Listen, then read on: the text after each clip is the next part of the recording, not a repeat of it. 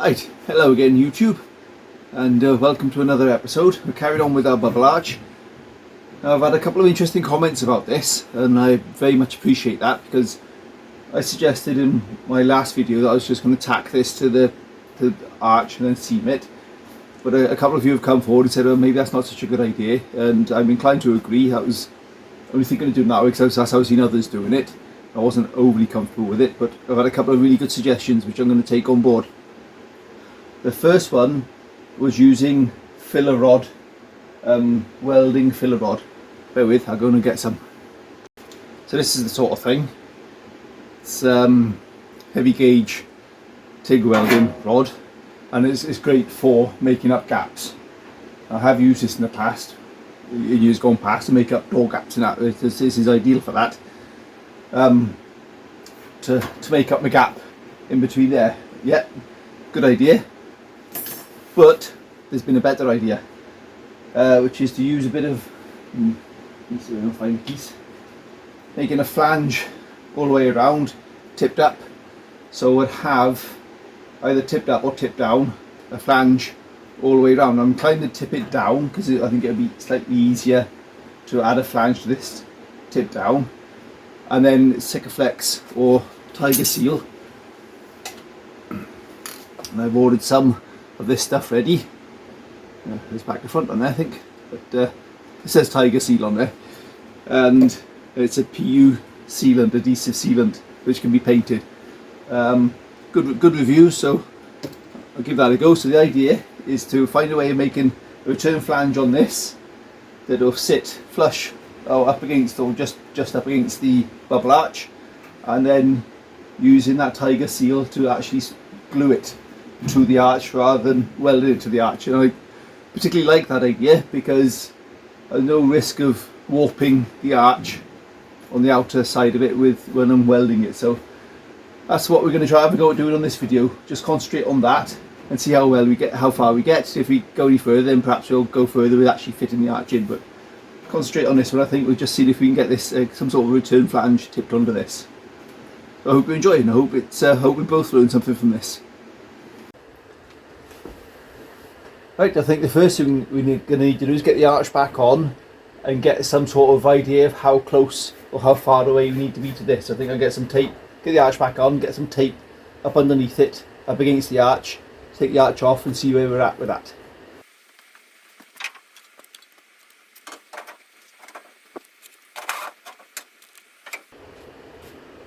These are tech screws, which can be found on eBay. A little drill bit on the end with a hex head on them. Absolutely brilliant for this. Only thing you've got to watch with them is when you're drilling them in, you don't do them in too tight because they strip off they strip off very quickly. Which is why some prefer to use the those little fixing pins. I can't remember the name of them off the head.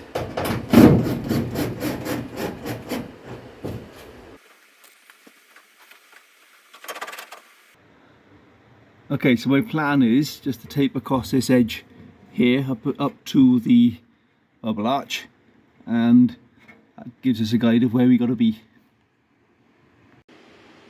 Right, got the car tipped over on its side again. Make this a bit easier. So you can see now what I'm trying to do here. Yeah, just got the tape in there, so it's butting up against the back of the bubble arch.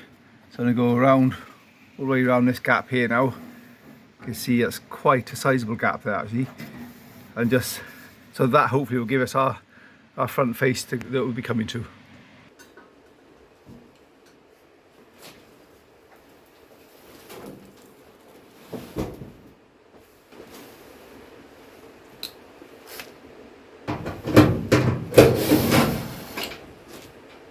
Right, let's see what that gets us.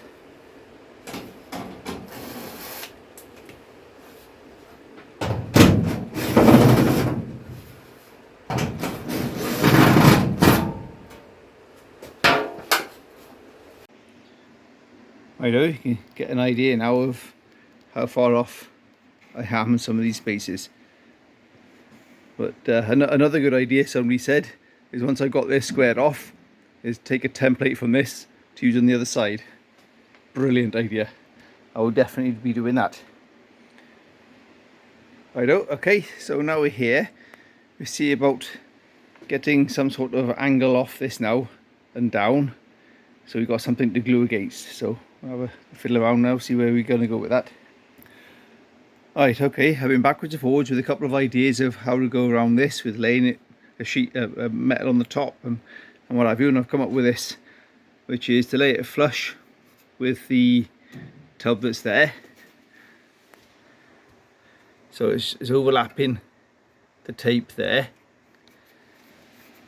Tack that along there, just enough to hold it in place, so I can then go all the way around like that with pieces of just bits of scrap and offcuts and what have you kicking about on the garage floor. And then once that's all tacked all the way around, we shouldn't burn too much of the tape away, to leave enough there as a reference, and then cut back to the tape, and then we'll go from there. At least the tub will be pointing in the right direction then.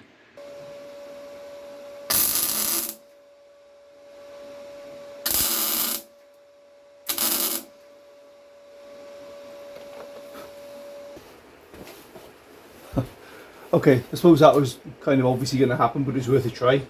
It's smouldering the tape away rather than burning it so much. It's carrying on smouldering, working away. So what I need to do is get a Sharpie and mark it off before I tack it. Righto, found my Sharpie.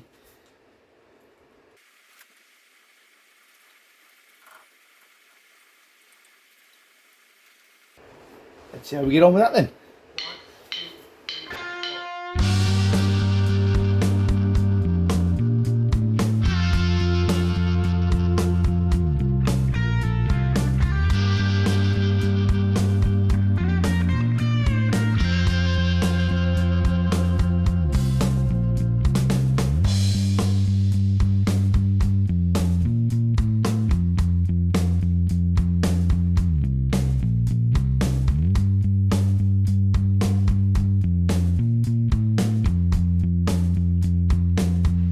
Right, so that's those few little bits now tagged onto there. So what I'm going to do now is take a slitting disc to cut on.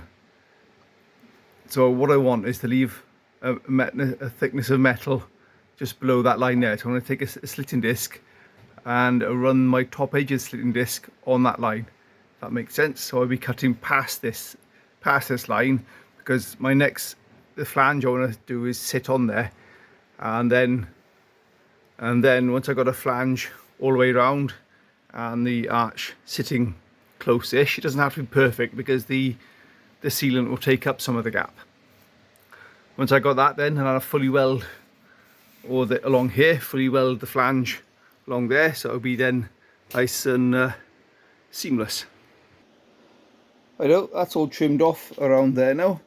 So what I'm going to do next is make a flange coming down. Only a quarter of an inch or so, doesn't have to be huge, and then that'll give a face for the bubble arch to go against. I've had the bubble arch back on there to make sure that's okay, and that's all well close enough now, so that's good. So next thing is to make a return flange to go down there, and to do that I'm simply just going to bang bits of metal on there, weld them on, and then cut them off, grind them off, cut them off, and shape them up. So I'm not going to try and form a piece around there. I'm toying with the idea of getting myself a shrinker stretcher, which would have been perfect for this. I could have made a single 90-degree lip and shrunk and stretch it into place and made it fit, but I don't have one of them, so this is how we're going to do it. So weld these on there like that, cut them to a nice lip, and then tap them in to suit the bubble arch. So let's do that then.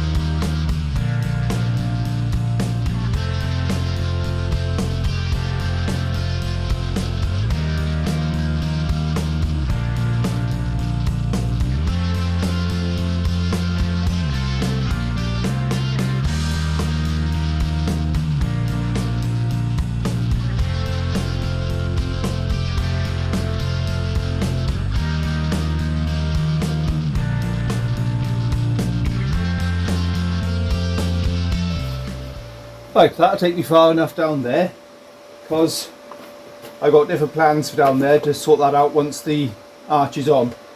So this is the worst of it.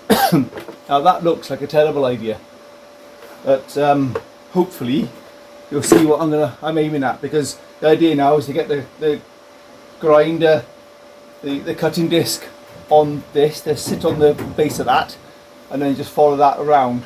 So that'll give me the outer curve, which I can then weld up, and then follow that round with, scribe that around to give me just enough of a flange to get a seal on there. So we'll get the cutter on that next and get that out of the way.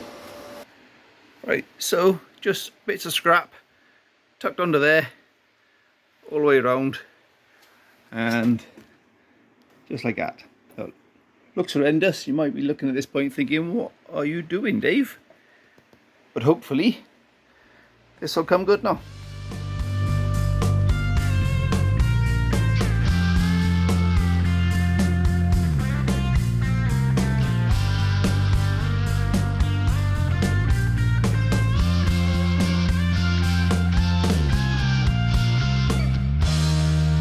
Righto, so hopefully you can see now what I'm up to here. So the outer edge now is all ground flush with the top of the drum, the tub. So what I'll do now is I'll fully weld that onto there next, and then trim this piece just a smidgen, just about 10 mil or so off of that, to give me a flange that we can work against. Righto, so we're all welded up. As you can see, it's pretty ugly. So what I'll do now is I'll grind that off so it's nice and smooth, tidy that up, and then we'll scribe a line around this and cut that out ready. There we go, that's that all ground back around there. Just whacked it off with the stone grinder, then finished it off with a 40 flap, just to not get too carried away with it, because I know a little bit of strength there. Got plenty of, you can feel the penetration in behind there. So what I'm going to do now is simply get a Sharpie. Oop. Trying to do this left-handed. Just go all the way around like that, and then cut that off with the disc cutter, and that'll leave me a nice little flange end to glue up against.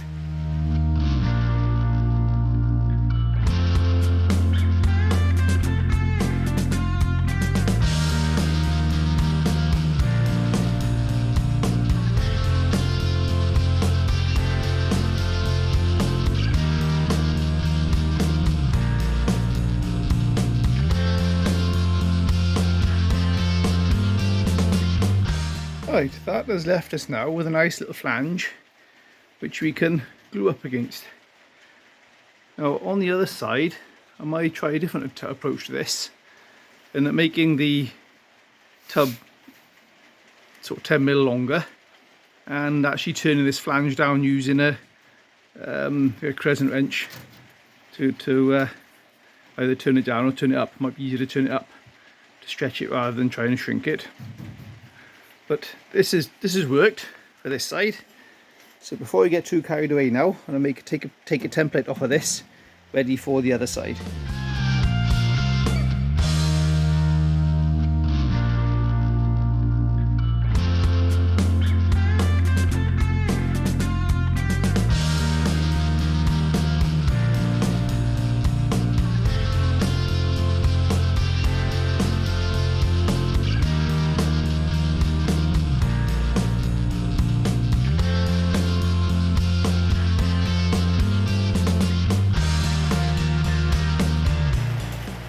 Right, that should do us. So I've just made a couple of marks on it. Top 10 mil, add plus 10 mil for tipping a flange, rear and front.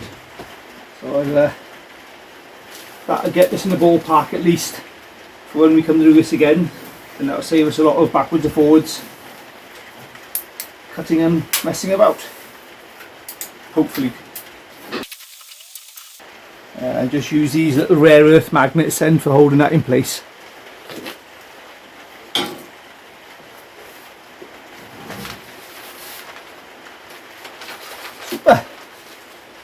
one template for a bubble arch tub. Out.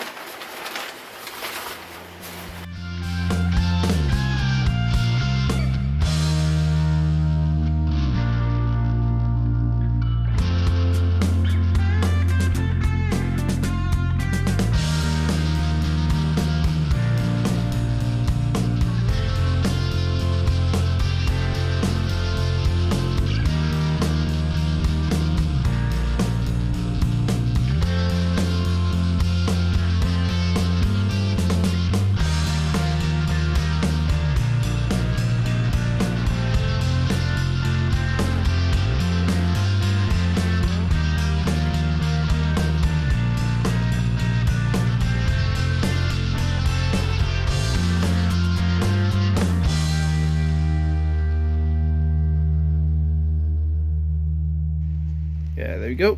Got a nice flange along there now, which is nicely now sculpted to the shape of the bubble arch. Now that has worked well. Like I said, I might try on the other side, having the tub a little bit longer and then using a crescent wrench like this to gently work our way around and bend the flange down. I have done something similar in the past with when I did the pop, because there were glass arches on the back of the pop. I did the opposite. I actually pulled where I cut the arch out ready, it was closer to this arch, pulled that out and then had a flange to tub up to, and that worked very well. So it's worth a try to do it on the opposite way around on the other tub. So this is working, doing the job. Happy days. Right, what I'm going to do now, give that a go clean up and get some paint on it.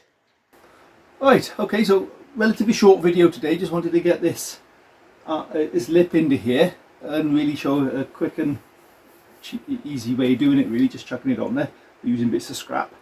I want to say thank you to a couple of guys, so bear with me while I find your name. So Super Loopy 24 Valve, you're the one who gave me the idea of this flange here. So big thumbs up for that. That's a brilliant idea. I really do like that. And let's see if I can find the, yes, here we go, GC, or GG, sorry, rather. You said about using the welding rods to fill the gap. So that is something I do anyway with other stuff. But you're the one who mentioned this tiger seal. So we'll certainly give that a good blast and see how that works. And appreciate both of you who comment on that, because that's given me a much better way of securing the outer wing to that, because I was concerned by welding it to the bubble I was going to end up with distortion the bubble, which I'm going to have to do a load of work to sort that out. A few others commented on it as well. Bear with me, see if I can find. Yeah, Bob Frankish, well, your comment was interesting. You said you like the idea of bonding instead of welding. In your experience, welding equals accelerated rot in the future. Nearly all the real arch rot stems from spot welds securing in the outer. And I'd agree with you on that. I've noticed that too, where the rust seems to propagate from the welding. So hopefully that'll solve that problem. I've cleaned this welding I've done here. I've cleaned that up as much as I possibly can before I put the zinc-proof zinc-rich primer on it, the Halford stuff. And that's why I'm sort of thinking on the other side, how we go tipping the flanges over on it instead of welding and messing around with it like that. So if you're doing bubble arches on your car, or arching any sort of car, this hopefully is helpful. So far so good. If you're arching a Mark II, you don't need to cut away this much. It's better. It's easier car to arch because the arches sit proud anyway, the forest arches, and you'd only cut back to your tub, and you'd weld your tub to the arch, to the body, and then just stick your arch over the top. So arching a Mark II is a lot easier than arching a Mark I, but we're getting there. So next video, going to finally fit the outer arch to. I don't want to go any further now because I want the paint to be fully set before I start messing around with bonding and what have you on it. I want to say a big thank you. We have just crept over the 3,000 subscribers, so I can't say thank you enough. That's just, I really am humbled that you're also interested in me bodging around in my garage. Thanks for watching, and look forward to the next one.